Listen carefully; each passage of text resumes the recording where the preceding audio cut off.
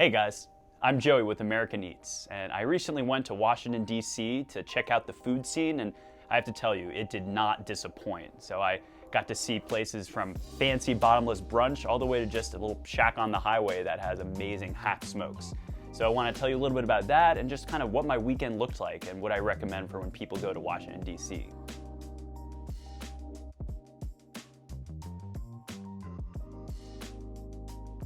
So I arrived on a Friday morning very early, and I pulled in and I kind of skipped breakfast. So right when I got there, I told my buddy, hey, it's time to get lunch. So we had an early lunch where first we went to a place called Weenie Beanie. So Weenie Beanie is right off the highway, pretty much right between Arlington, Virginia and Washington, D.C. proper. So anyone who drives or commutes to D.C. probably is familiar with it, but Weenie Beanie is it's been there since 1950, and it's the home of the half smoke. So strangely enough, half smokes are kind of unknown why that's what they're called. Some people say it's because it's half beef, half pork. Some people say because it's half smoked, half grilled. Some people say just because you literally split the actual sausage in half before you grill it. But either way, it's really, really good because of it being grilled like that, it gets nice and crispy. So I got half smoke all the way, which had relish, mustard, onions, and chili on it. So it was very filling, but it was really good, and got that with a side of onion rings. They tasted kind of like the onion rings you would get frozen in a bag that every restaurant serves up, or you get at like a baseball game, but nothing at all wrong with that. It was a nice crunchy complement to the half smoke.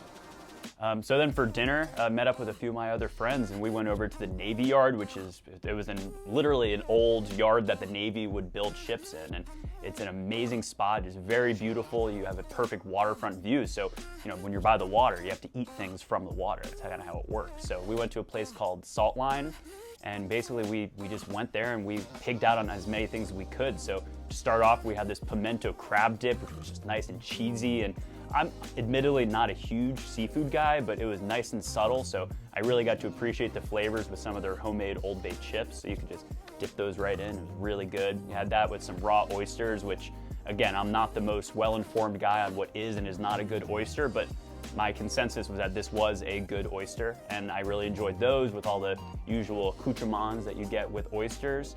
And on top of that, we had just these homemade house rolls, which were nice and buttery and fluffy, and they were perfect. And then for the entrees, I actually got a roast beef sandwich, which had on a little horseradish mayo. It had some cheese on there. It was on an onion roll, and that was really nice. And my buddies got a smash burger, and someone got a shrimp roll, because apparently it's not lobster season, which I didn't know was even a thing.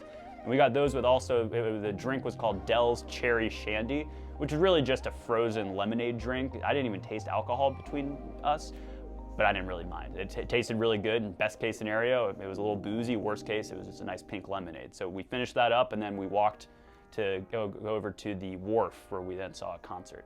And the concert ended around 11:30 or midnight, and I don't know about you, but when I stand kind of dancing to music for a while, I end up getting real hungry. And especially when I'm somewhere new, I have to check out the late night scene. Not only do I get to try a new restaurant, but I get to just see what the city's really like. And luckily, we had a lot of options, and my friend who I was staying with is a big advocate for late night, so he had a lot of suggestions, but we ended up going to a place called George's King of Falafel and Cheesesteaks, which is very impressive for George to be the king of both of those things. You don't really see them together very much, but we just got a cheesesteak that my buddy and I split, got some really nice fries, and a side of hummus, because what better to pair with a cheesesteak than that? But the cheesesteak was just really, really nice. We even had that with some Old Bay hot sauce, which is very much a DC staple from what I hear. They love Old Bay over in that part of town, and it was delicious. So once I ate that, I was ready to get some sleep and somehow find appetite, because only a few hours into the morning, I was going to have bottomless brunch.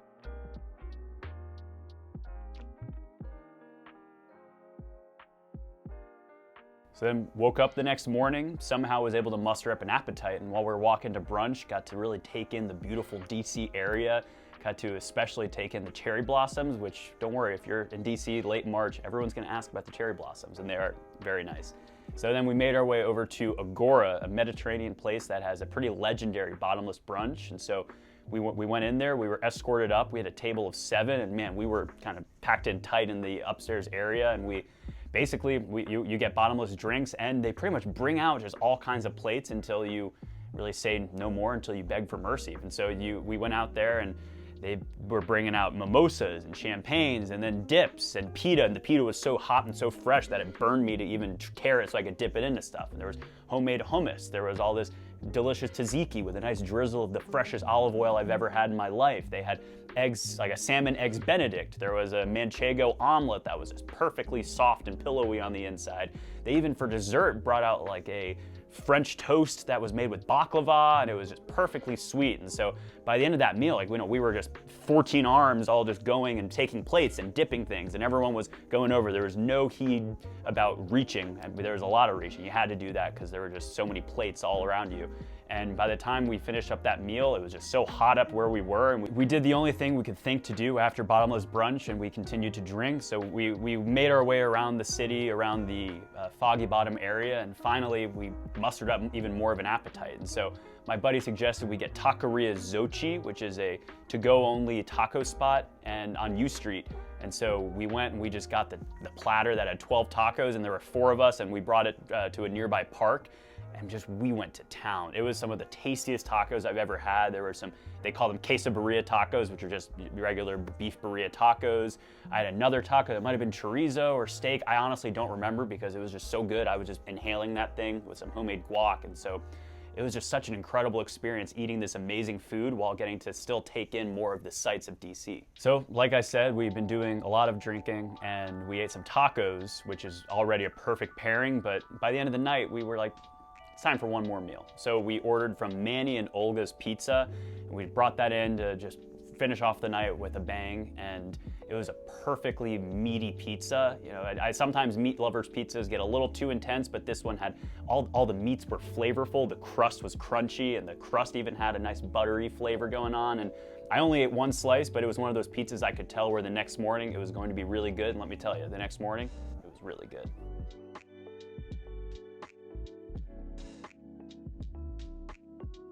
All right, so Sunday morning, after I had my early breakfast of pizza, then I knew I wasn't gonna drink anymore. I really couldn't handle that at that point. I don't think anybody was complaining about that. So we went to a nearby place called Roaming Rooster, and we just picked up some sandwiches and brought them to one of my friend's places. And I ate, it was just a buffalo chicken sandwich with blue cheese and the actual spicy chicken, and it was perfect. One of my other buddies got a hot honey chicken sandwich that was amazing.